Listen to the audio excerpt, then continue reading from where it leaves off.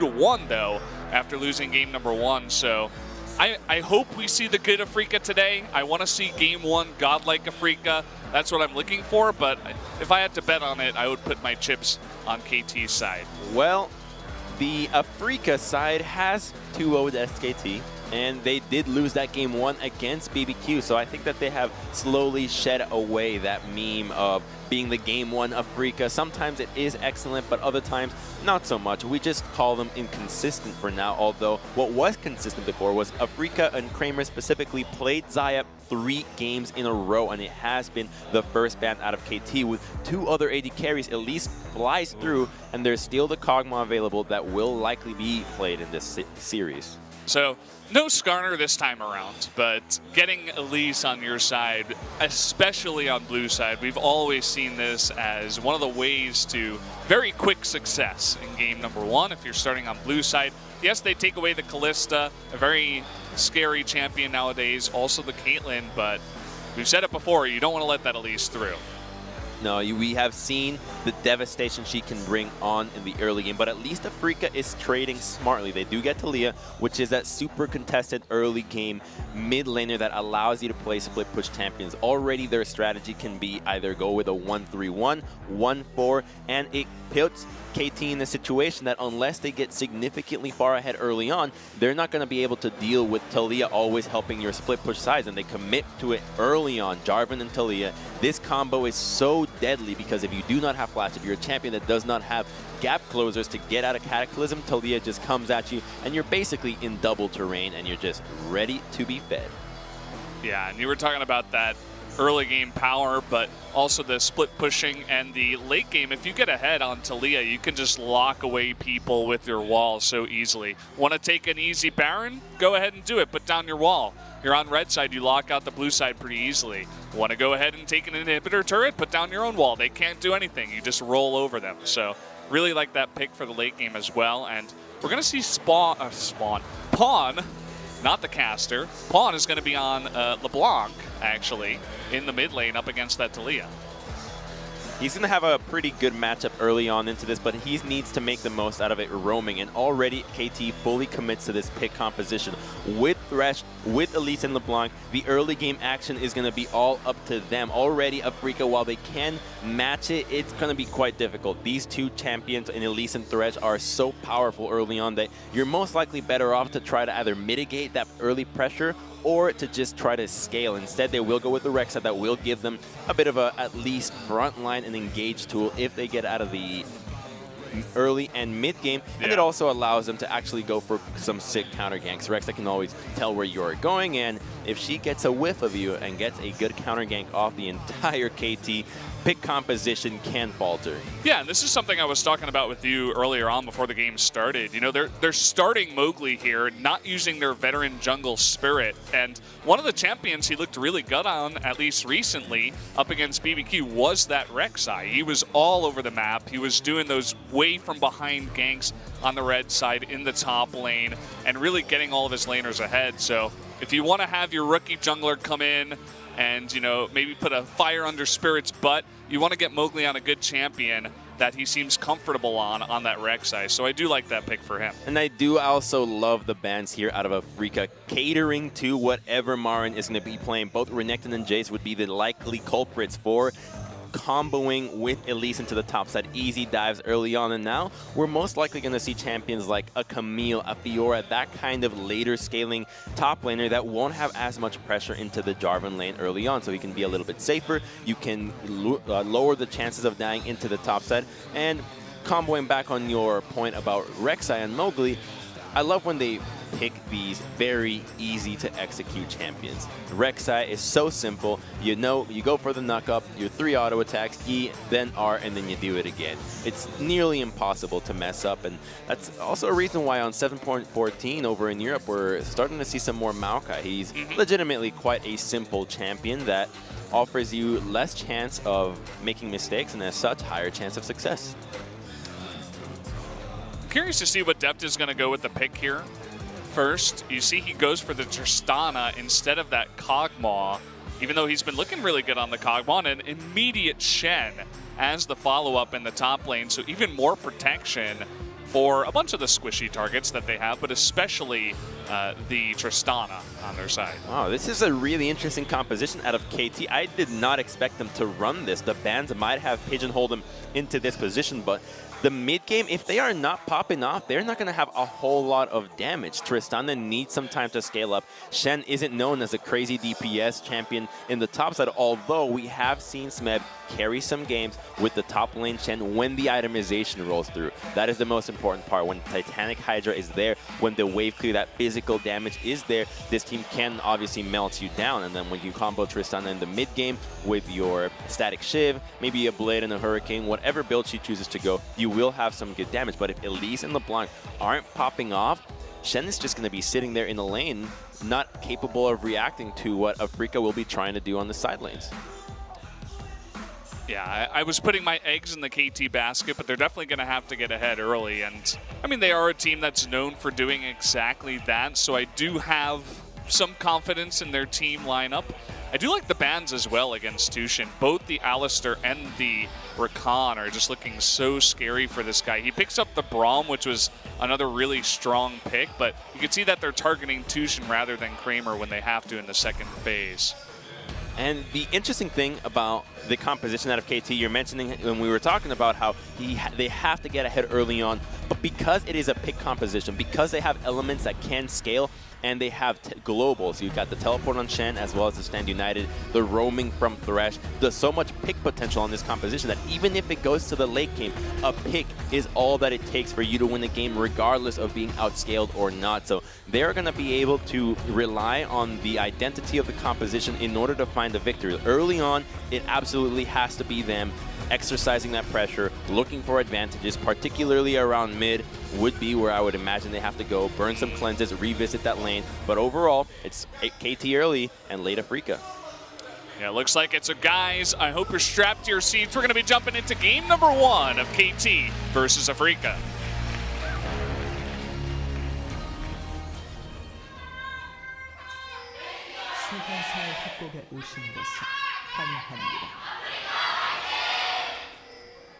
Here we go, game number 1. Man, Afreeca's got some good cheerleaders over there. Definitely are one of the teams to pack out the house whenever they come down to any of the studios here in Korea. Tons of fans for this team. And why would you not? You've got Marin, world champion. You've got Kuro, world's finalist, LCK champion. So many victories to this team. Plana's going to hop away from there. Seems like he's just fine. But you can continue with what you were talking about. So many victories. You got Spirit, even though he's not here, starting. And Mowgli's there. The team knows that any he's tiers there that they in spirit. Exactly. He's right there. He's ready to support everybody else. Yeah, I actually saw him in the booth before the games even began. Even though he's not starting, he was just talking with the other players. I mean, you got this super experienced jungle. You definitely want to be talking to him before the games start. Was he giving Mowgli a kind of some early game tips, some massages, some pre-game ritual kind of thing? I hope so. Gotta get his mind on the game. Gotta get him focused. Because, boy, is this a very high-pressure situation for this young new jungler in Mowgli. I'm sure he's got plenty of support with his teammates, however, to ease the nerves. He has played already before, and while the implications are there on standings, it's not quite the end of the split just yet. So the matches do feel a little bit higher pressure, but it shouldn't be too much to affect his play. See, a very interesting small move there by Kuro to put down the ward at the blue buff, just to make sure they know exactly where Elise is going. If there's one way to stop an early game jungler, it's seeing exactly where he's going and just knowing the exact jungle path that he took. So even at level 1, even before he hit level 2, Kuro putting down those wards for his team. Yeah, he just wants to make sure, but it's no surprise that Score wants to head to the top side, try to find the gank onto Marin. The second this minion wave goes down, they're waiting for him to use spells. Marin already revealed he doesn't have combos, so they could just, he's dead or here. Okay, the flash cocoon, and oh boy, first blood already at 2.5 minutes into the game. And they should have seen that coming. They should have known. Marin showed his hand so early. He showed that he didn't have Flag and Drag at level 2. He had just his Aegis, so the second that Jarvan does not have a way of escaping, you just show up, that guy just has to walk back out of the lane. So well-executed gank. They did burn Score's flashes to secure it, but they still have Smebs, so they can easily go for it again. And here we go. They're waiting for the minion wave, but oh, he has W? How about we just kill him now? And so they do just that. Yeah, I mean, there's basically only two places that Elise can be at that moment. It's the Scuttle Crab or top. I suppose you go to Gromp or even Wolves if you're trying to do some weird kind of path, but I mean, they should have had an idea of where he was going, especially after putting down that ward. Absolutely. You watch KT VODs and you know they're going to camp your top side. Yeah, I mean, you know, even without the ward. Yeah, if they have it, right? Even without the ward, you can infer that they're likely going to be going to the top side to finish there. And it also becomes more apparent when you look at what the bottom lane was playing like. Deft and Mata were continuously shoving up. They were just pushing relentlessly. They saw that Tucson and Kramer had to use some mana using that wolf or assisting on the blue buff camp. And so they can continue to push because they know if Rexa were to gank them early on, she's not going to have red buff. It's going to be an easy gank to get out of. It's Thresh Tristana. And that also means that Score can easily path to the top side, secure a kill on Tamara, and that every time. He always finds a way to die to these ganks, but somehow he always remains irrelevant in these games. So that gank should not affect Marin too much. Small little hook here, but they're not really worried. And you can see that Mowgli's coming in from the river. Deft still has this rocket jump and actually going in, trying to do a bit more damage to Tushin, saying, I don't care if the Rek'Sai is here, I'll continue to take this straight. I absolutely love how KT played that. They didn't use anything before anybody showed up on the map. They were just waiting patiently. Does Mowgli, does the rest of Afreeca want to commit? Because if so, we do have Elise waiting right behind us to make anything happen. The summoners can stall out enough time. And so Afreeca reads that KT is playing a little bit more lackadaisical in using their summoners and responding to what they have to throw at them. And in part, it is because of the champions that they're playing that they can escape, but it's also because they have Elise right there. Yeah, so far Score's presence on the map has been palpable, liking his play, and even getting a nice bit of farm, keeping up with Mowgli at the Raptors is actually going to get ahead. And yeah, just going to be trading here for now. Pawn and Smeb have both already used their teleports, so they're not going to be looking to make any big teleport plays in the next couple of 2 minutes, I guess. But in 2 minutes, KT's already starting to build a huge advantage into the bottom side. And this is one of the advantages of Tristana that is often overlooked. She can always push without mana. First of all, a dive to the top side. Marin, uh-oh. Here we go again. The taunt into the chains, but he is within those creeps. Smeb is going to be tanking that. Just a couple more damage should do it. A flash out of the Cataclysm. Pawn makes it away with his life, taking another one on his way out. Relentless focus into the top side. Marin died the first time without using his flash, dies once again without having the opportunity to use his flash. He was just so dead, and Pawn found a great opportunity to go to the top side, continues to help out Shen, and they have yet to use a Stand United to actually influence the map. They have even more tools available now. Oh, and they delay this recall even down here in the bot lane. Tushin not going to be getting out of there.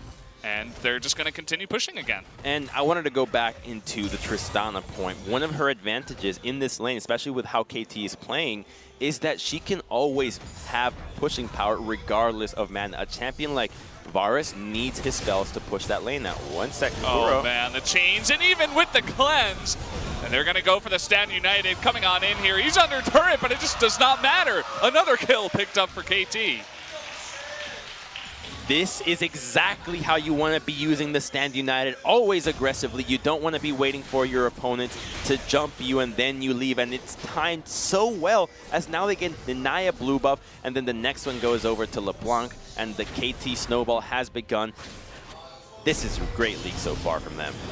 We need to see a response out of Afreeca. I mean, we've seen Score all over the map. He's creating plays in top. He's protecting bot, and he's in mid, getting that cocoon, forcing the flash afterwards. And what's Mowgli been up to? I mean, he tried to gank down in bot, And that's been about it. Well, you can't blame him too much. It's a Rek'Sai with not enough lane power anywhere else or enough kill pressure on your other lane, so it's quite difficult for him to make anything happen on the map. And the way that the current meta works, a lot of times supports will find themselves roaming. You see Mata that now has a mobility boost as his first completed purchase. And if you find a way to just completely mitigate what the supports are doing with the Tristana and Thresh, where they're pushing relentlessly bottom side, where Afreeca's bottom lane has to be stuck at turret all the time, you essentially separate the map into two halves. You've got LeBlanc, Shen, Elise on one side, and then Rek'Sai, Jarvan, Taliyah on the other. But that benefits KT every single time. They're going to be faster to the jump. They've got more mobility. They've got more early game damage. And frankly, more synergy with the way that these champions operate. So as long as they continue to play into the top side of the map, Kuro will continue to die. Kuro just running straight into it. Going up against this Tarantula in the jungle with the help of LeBlanc is not going to be well for him. And we got a fight up actually in top. Marin going to use his flag to take that one out. And now Pawn jumping in here. He's going to get the chains down. Score makes his way in and will pick up the kill as the trade. A glimmer of hope in the most unexpected lane of them all. Marin finds a solo kill onto Smeb. The 0-3 Jarvan found a way to kill the Shen that had been assisted so much by Elisa and the LeBlanc, and we're going to look at it again. So he already has a lot of minion aggro on his side, and that's probably one of the big reasons why he ends up losing this matchup. Starts the game out like that, takes too much damage, and then the final spear to the heart. Well, at least they were able to respond, score repelling to the cannon and picking that one up. But yeah, Smeb getting a little bit too aggressive in the lane, eating way too much damage. We're getting a replay of like everything. They got all those creeps, guys. Wanted to make sure you didn't miss it. You absolutely cannot miss it. Same with the bottom lane pressure that KT is applying right now. They're just all the time in this bottom lane, and you can tell what their game plan is because they've got a control ward in the place that normally should be Kramer or Tucson's control ward in the river. They're just pushing so hard, and this gank is unlikely to work, and KT is orchestrating this team composition to a T here. I love what Tristana and Thresh are constantly doing to this bottom lane, always threatening that first break. It really shows kind of a new way of using Tristana. KT has done this before, and other teams have attempted to do so, but when you combine it with how well they're playing the top side of the map, it just means that they walk away with a first break in under 11 minutes. Okay, they're looking for a fight back here, Afreeca. They need that on Burrow. The taunt away. He's going to flash for it. And the knockback. Do they have enough damage? He's staying alive for an incredibly long time, but they will get it in the end. Mowgli getting extremely low. Looks like they'll stay top, try to take that turret. They have to go for this, but this opens up the possibility of KT rotating to the mid lane and pushing for this tower. Tristana can secure this on the next turret wave, and they're likely going to be able to turn that death into the top side into the already acquired Cloud Dragon, as well as the bottom turret that was basically already theirs, and now the added bonus, the freebie of the mid lane tower. Super clean out of KT so far. Should be very proud of their performance up until this point in the game. I'm curious to see what they'll do after this. Do they want to put pressure topside after losing their turret? Maybe try to secure the Rift Herald up next? That's likely the case. Tristana, the demolitions expert, and now the damage expert, as she now has an Infinity Edge under her belt. So trying to maximize that damage, hoping that she can do some critical strikes here and there. It's not the optimal build for just pushing. A lot of the times we might see a Zeal early, some more attack speed. But hey, if she hits somebody with an Infinity Edge right now and gets a crit, that's a whole lot of damage. Yeah, definitely adding some damage to what they might lack in the mid game, as you were talking about before. Definitely can try to shore that up with some itemization. A flash hook on Amada, though. Oh, my words, as you guys can see the glory of that play. That's really nice. Now we got Stand United coming in. They want more kills. Can they actually get it? Doesn't look like it, as enough slows and stuns do keep KT at bay. The chains of corruption prevent the engage, but that was an ill-advised stuff. Oh, the hook! Okay, right, he's got cleanse, but that was on point. Afreeca is just jumping the gun there. They try to do Herald without establishing control of the minion wave, so it's so easy for KT to punish. They didn't even secure the Scrying Orb, so it was so easy for them to see what was going on. Mata does not have flash.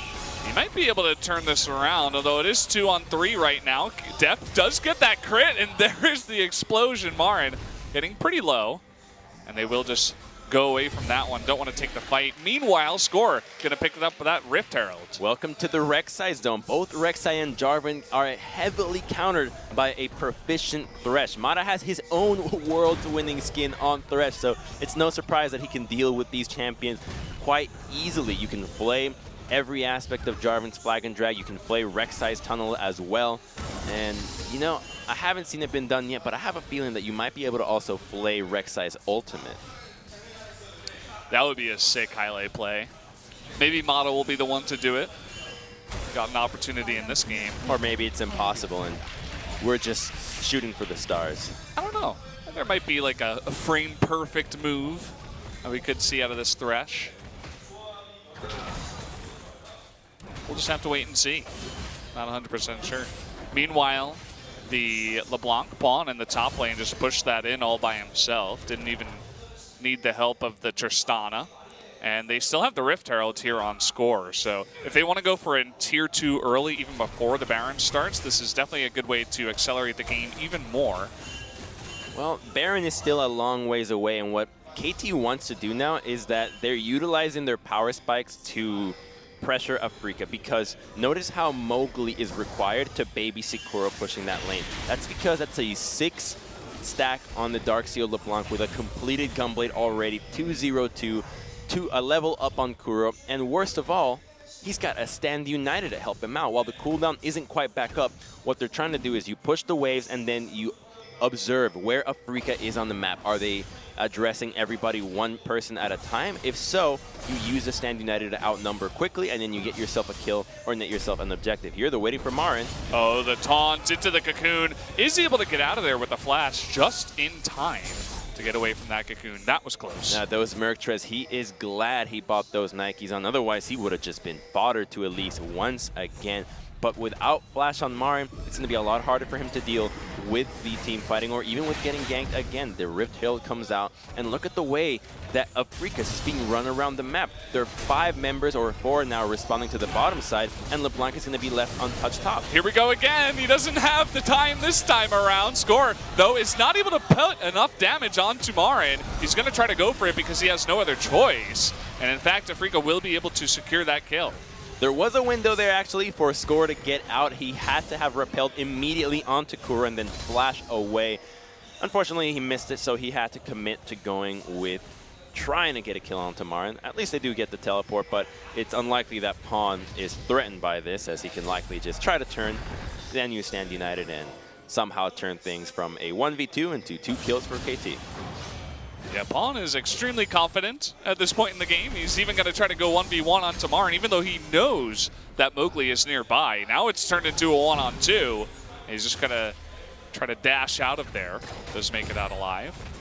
There's plenty of magic resistance on these two guys right now, so only with Shen, with the chances of him popping somebody, would truly come to life. However, when we hit that mid-game, now we're only, or a little bit later than this mid-game, pardon me, there's a 3,000 gold advantage on KT right now, but they're all single target damage. And they can be CC'd and prevented from dealing DPS. The Braum can single-handedly stop much of Tristana's damage, and if the individual skill shots from Elise, LeBlanc, and Thresh aren't there, Afreeca can find a way to win these fights. So they're still not out for this game because they're so tanky. They'll soak up a lot of the initial burst and allow their solid DPS to go in. And look at this, Mata going ham, 1v3. Does have that Stand United, and the box comes down. Void Rush coming in, he's looking for that kill. Can he get it? Extremely close, but Mata will survive. And they're just gonna pick up that Rek'Sai kill. What will they go for next? Looks like they're gonna stop the top wave and I guess go for this Ocean Drake. They go for the Dragon right now when they have the chance, and they also got to get Smeb's teleport, but they're not strong enough to make plays on the map on their own right now. So even though they get the TP, Smeb will likely have his Stand United back around the time that KT wants to make another move on the map, so it becomes that much more difficult for them to pick anybody up. Afreeca is just being strained in every aspect, and they're not looking for an answer. Right now, all they need to do is just defend objectives, and picking this fight, while it looks appealing, they do not have the damage to deal with this. Without Talia there or Jarvan, you're essentially running a 1 damage composition, and he gets peeled back easily. And through Stand United, Mata survives and lives to Lantern another day.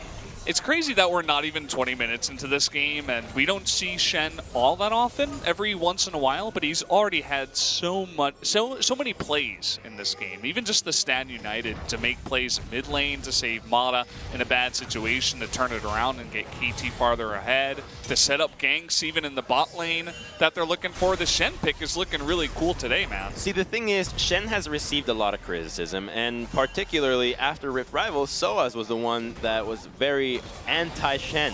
Against good teams, the Shen should not be getting advantages, and that was kind of the sentiment that was shared, and I have to agree, because if you look at the way that Shen has received advantages this time around, it revolved around Marin getting caught out. They had vision. They knew that Elise was there, so he dies. Right there, you understand that you don't have your damage threats. You cannot go onto the Thresh. It's Afreeca taking the bait that KT is giving them, and as such, the Shen looks great. It looks like he's making plays all over the map. Now, to be fair, the composition from KT does allow Shen to shine through, but a big part of his early game prowess has come at the hands of Afreeca over or underestimating what KT can do. Definitely, certainly makes him look very good, so I'm sure Smeb's pretty happy with that so far. And yeah, I mean, KT, they're running away with this one. They haven't gotten any of the tier 2 turrets, but that bottom one is pretty low. They've been trying to split push decently, put Pawn up in the top lane and Smeb in the bottom lane, and really put that pressure onto Afreeca. But now we're reaching the 20-minute mark. We're going to have the Baron spawn, and you could definitely see KT try to make some plays around that objective as well. Marin trying to get frisky here on the red buff, but in the end, he does not have the smite, so Score takes it away. But that's what you have to love about Marin, though. Even in the position that he's in, he's trying to get a steal on. He's trying to get an advantage somewhere on the map. He got that early 1v1 kill onto Smeb, and so even though he dies, he continues to try to make an advantage, to create a pressure point for Afreeca to stall out this game. And now they're trying to protect mid lane. They're trying to defend the red side jungle because Baron becomes a real possibility. Not because KT is likely to do it. They obviously have the tools to burn it down with Elise and Tristana, but because they can do this. It's a bait. It's a pick composition. It's more important for them to get a kill before starting the Baron. And here's Mowgli. Oh, the perfect hook onto this Rek'Sai. He doesn't have Banshee's Veil. That's enough damage coming out from the burst of Deft and Score. So they pick up this jungler. They're looking for another push. This is exactly what KT wants. They want control of a side of the jungle and then have Afreeca continue to enter that side and get picked left, right, and center. They can just do this every 10 seconds when their cooldowns come back, and Kramer, he's in trouble. Gunblade and the Stand United. Can he get away from this one? Tushin trying to be the hero. The perfect exhaust actually will save Kramer. It looks like actually Smeb is going to go down in the back line. Perhaps this time around KT went too far. They did go too far. They forgot about the exhaust from Tucson. So annoying when you're going for these dives that you always think, oh, I can just get him and get out. But the exhaust was so well timed. And then the backside of that, Jarvan tries to commit onto the LeBlanc, but unfortunately Cataclysm gets dodged by a Lantern, so he takes no damage and then just walks away with full HP due to that Gunblade. Yeah, so looking for the deep picks didn't really help out this time. Let's take another look at how close Kramer got to dying. So we know that the Stand United is going to come in. This is what LeBlanc wants to do, but it was a bit greedy because they did not have control or vision of anybody else on the map. Notice Elise on the top of the minimap waiting for somebody to approach that lane. Tristana was also there, so KT split their efforts and didn't use the pressure properly. Had they waited to make that play a little bit, a couple more seconds, there's a chance that Braum and Talia would have committed to the top side, to defending that wave, instead of pulling the trigger when there was nothing else to be had. Girl, kind of in a bad spot. Definitely don't want to be alone in the Baron pit. Clears out a control ward, but burns his Weaver's wall. So will not have that. That's a pretty low, high cooldown, rather. So does get that away. And now Pawn, he's getting collapsed on, rather. 2-on-1 down in the bot lane, but they will have that teleport coming in. Is able to dodge the flag and drag. With the teleport coming in, they are not going to commit to the kill. It's a good threat there from Smeb, and they are being quite liberal with utilizing their teleport spells. I like that about this team. They're going as hard as they can in order to make things happen onto the map. They do know that a pick composition might struggle when it comes to a straight-up 5v5 between the amount of tanks and Unbreakable that Afreeca can provide. They need to make the most out of this. Unfortunately, the next dragon is an Infernal, so they do have to deter their efforts into the Baron side and focus onto this dragon. It will matter, and so we can expect at least KT to fight for this one, and Afreeca can always opt out against it if they don't feel like they have the items, and to be fair, right now they do not. Score's going in here with not too much vision. Does want to try to make a play around the blue buff, but Mowgli getting himself into a weird spot there. Actually, Score takes away that blue with his own smite, so does deny that from Kuro, who currently is very low mana. But Kuro doesn't need that much mana. Oh, pardon me. I thought I was looking at Pawn. Even so, look at this burst damage coming onto Tushin. Deft, he's beginning to get really scary. He gets the kill underneath the turret. Gets extremely low himself, but does pick that one up. Going 1v1, ADC versus ADC. Gets hit with the crit. Unexpected. 30 CS up on Tristana already, and now they're going to walk away with another tier 2. Marin is next on the hit list. He does have flash and uses his flag and drag to get out. And now Afreeca can only look towards the next game because this one feels like it's escaping them so quickly. The dragon is up next. After the dragon comes Baron, and they lost summoners for this one. They're going to be in such a mess in order to clear out the vision and not get picked off by KT again.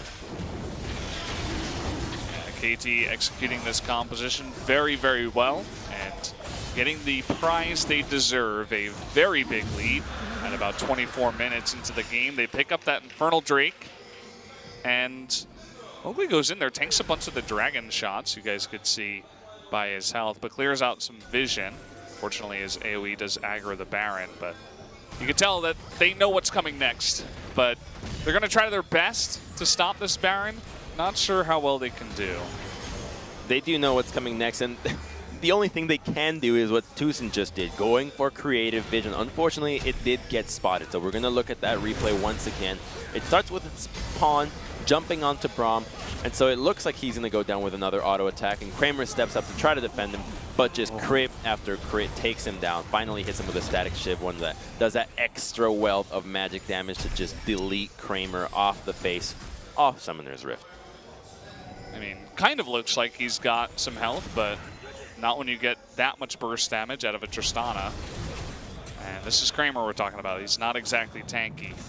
So you have to be extremely careful in situations like that. Perhaps just play a bit more passively so you do not get caught out. But you're talking about that creative vision around Baron. There's no vision around Baron now, as Afreeca, they're scrounging to get anything on that side of the map. Exactly. KT has cleared the entire river. It belongs to them except that one Scrying Orb ward. Kramer. Here we go again. I mean, if he could get one crit, that was getting very, very close. Kramer still had his heal. But now Marin gets in kind of a weird spot. The play, it's going to knock him out of that flag and dragon. Still on the chase. He's going to flash, but there's the hook from Mana. They secure that kill. What a play from this bottom lane. And they want even more. They're looking for Tushin. Will he be able to hop away? But you can see how confident Deft is now. And now you see what it's like to be Jarvan when you're dealing with Thresh. It is impossible. Every time you go in, you need to be damn sure you want to stay in. Deft, he's getting a little bit too confident. Going 1v4, he almost does get the crits onto Kramer, but he almost dies himself. But they still get objectives, and that's what really matters for them. And even though KT had gained control of the river, it wasn't the time for them to start a Baron just yet. They need deep vision. They need to know exactly what's coming. It's not enough to know that KT or that Afreeca does not see them. They need to absolutely be certain that they understand the time frames at which they can always turn back or decide to make either a commit play, a rush play, or even a 50-50 at this stage.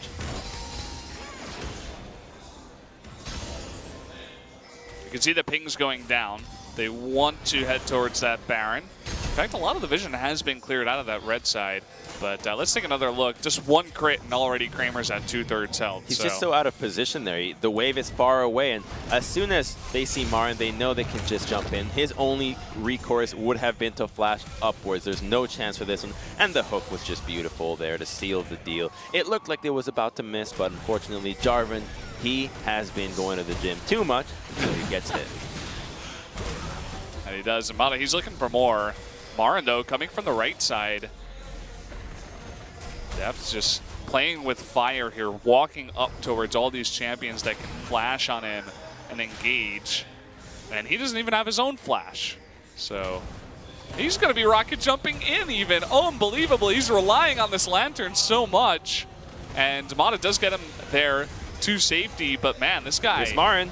Okay, trying to come in from behind. They know that he doesn't have his flash. They're going to engage here onto Pawn, but it's not enough. The box coming down. They're looking for that damage. Smeb with the big taunt, but in the end, they will find Deft. He didn't have his summoners, but Marin going down on the right side. Everybody extremely low on the side of Afreeca. It looks like this one will turn around. The hook will land onto Tushin, and a double kill going over to Pawn. Can they get the ace? Yes, they can. A third one for score, and that will be the easy Baron for KT. Everybody on Afreeca just trying to kill Def. They focus him so hard through Stand United, through the box, through everybody peeling.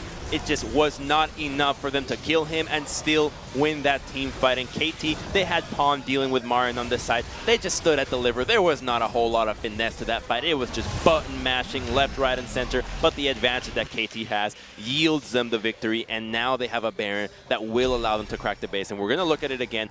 Remember that KT, that Def, started this fight being really aggressive. He's going to jump in right away. And so he knows he's in danger.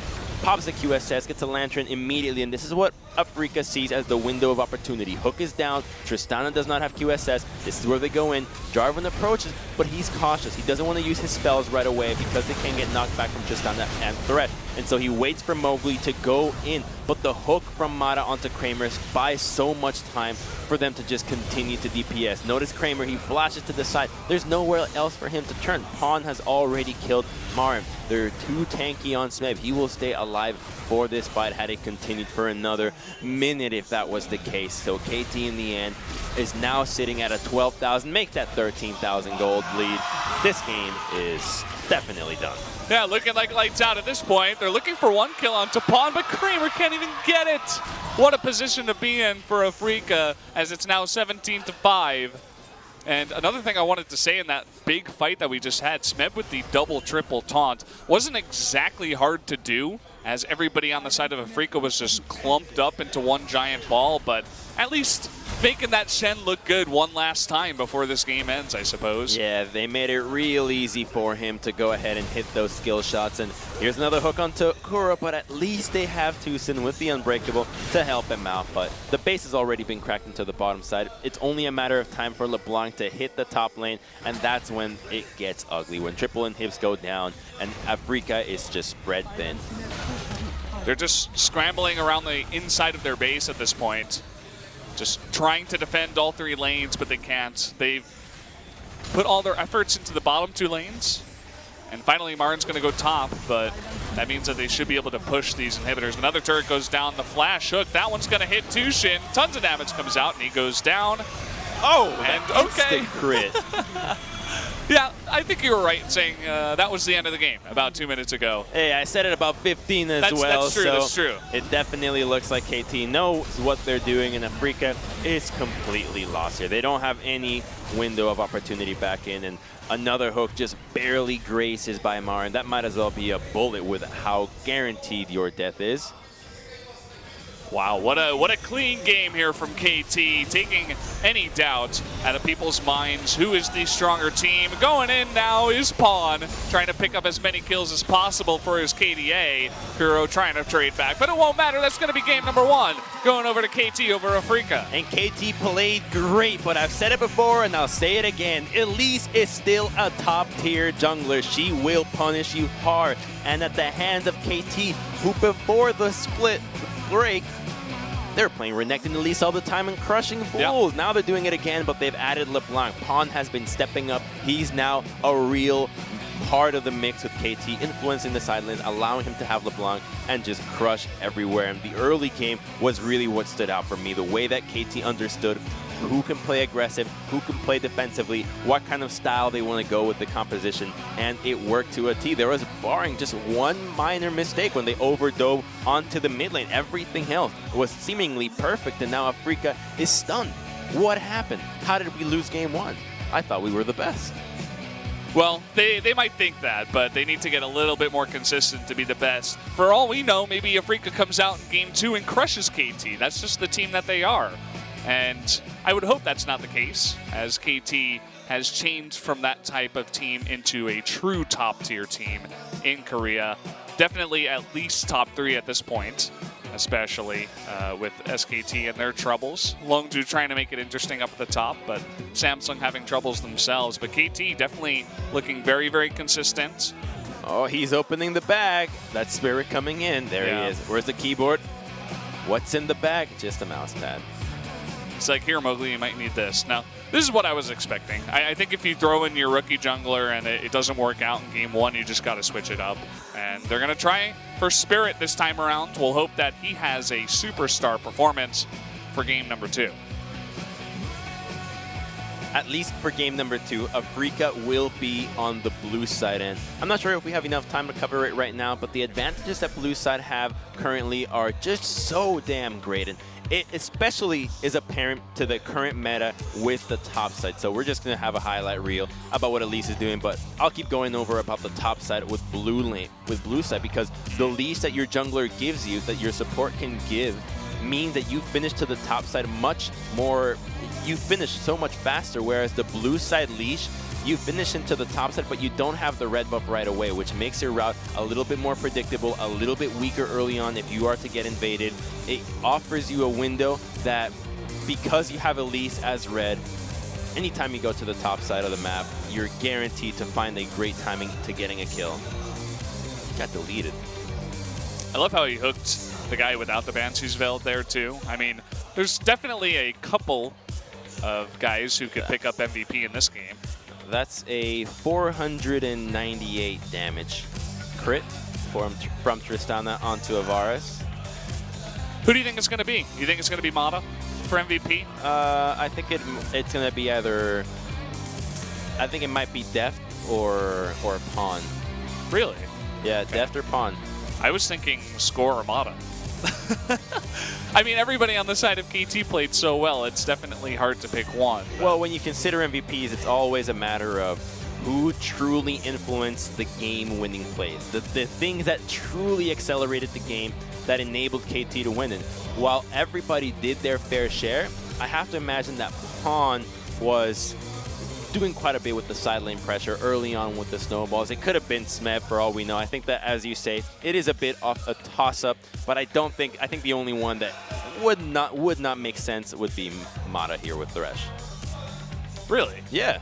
I mean, he made so many hooks and crazy plays. He made like the highlight plays, I guess. He's like the highlight MVP for sure. In terms of winning the overall game, I suppose some other guys on their side definitely had a little bit more contribution. But to be fair, if you're playing Thresh against Jarvan Rek'Sai and you cannot play him out every single time, why are you even playing Thresh?